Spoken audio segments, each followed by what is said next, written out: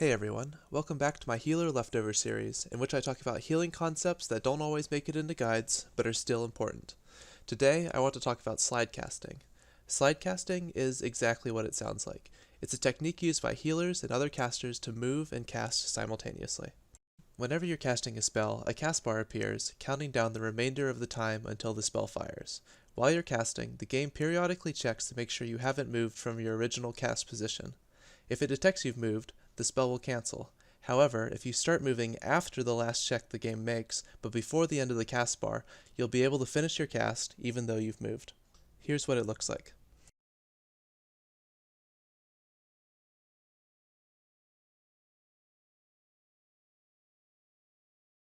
The most difficult aspect of slidecasting is determining when this last check threshold is.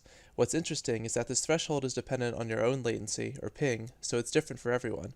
In general, the higher your ping, the larger your slidecasting window is. Personally, I play on somewhat higher than average ping, so I can start moving with about a half a second of my cast remaining. For those of you with lower ping, you might only have 0.4 or 0.3 seconds of wiggle room, and those of you with higher ping might have even more than half a second.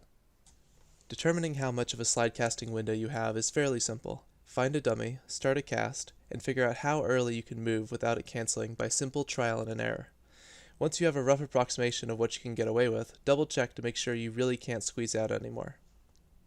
Now that you know what slidecasting is and how to do it, let's talk about why you'd want to slidecast.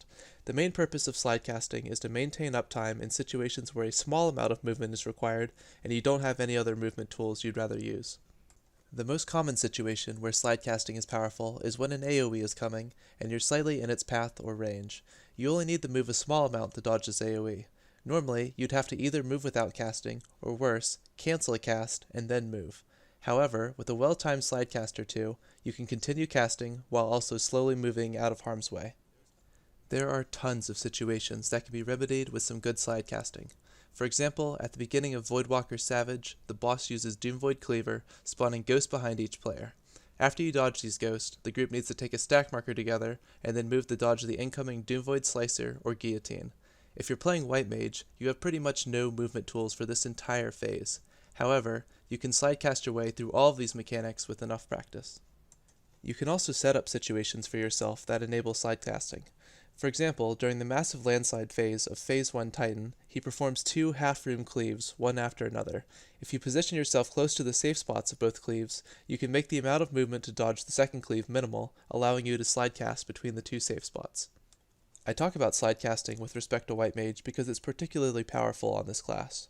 White Mage is the most immobile class in the game, so it naturally benefits the most from having another way to move. However, this doesn't mean that it isn't useful on other classes, like Astrologian. While Astrologian only has a 1.5 second cast time on Malefic 4, you can effectively lower this to closer to 1 second by slidecasting. As a result, instead of having 1 second to move in between casts, you now have 1.5 seconds. This means that if you need to move a relatively large distance, you can cover the same amount of ground in 2 slidecasts that you would normally need 3 regular casts to cover.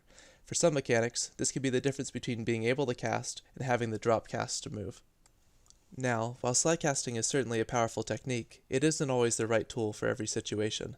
Sometimes, it can even cost you DPS. One thing that you should be wary of while slidecasting is that you might actually be delaying your next cast. While slidecasting, it can be tempting to move as much as possible. However, if you're still moving when your cast finishes, you can't start your next cast until you've stopped moving, costing you valuable casting time. That being said, sometimes you need to move a little more than the slidecast allows, and if you don't have a lot of other movement tools available, this is perfectly okay.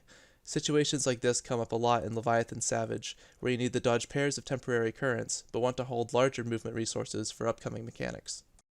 In general, don't slidecast more than you need to. Slidecasting can be somewhat inefficient, especially if you aren't able to execute one perfectly. If you have another way to handle upcoming mechanics well that doesn't involve slidecasting, I'd recommend that method instead. While slidecasting is a simple concept, in practice it is fairly hard to execute and only gets harder to do so in high-pressure situations. This is absolutely a technique that you want to build muscle memory for. While you may be able to figure out exactly how long you have available to slidecast, you'll probably end up learning the slidecast based on feel more than anything else. This is perfectly okay. Don't be discouraged if you aren't able to slidecast as well as you'd like to right away. Just because it's simple doesn't mean it's easy. Practice is your best friend here. If you keep your eyes open, you'll find tons of places to practice slidecasting and fights, and eventually it'll feel natural. Thank you for sticking with me. As always, don't forget to like and subscribe, and if you have any questions you'd like to see answered, leave a comment. I'll see you soon for some more healer leftovers.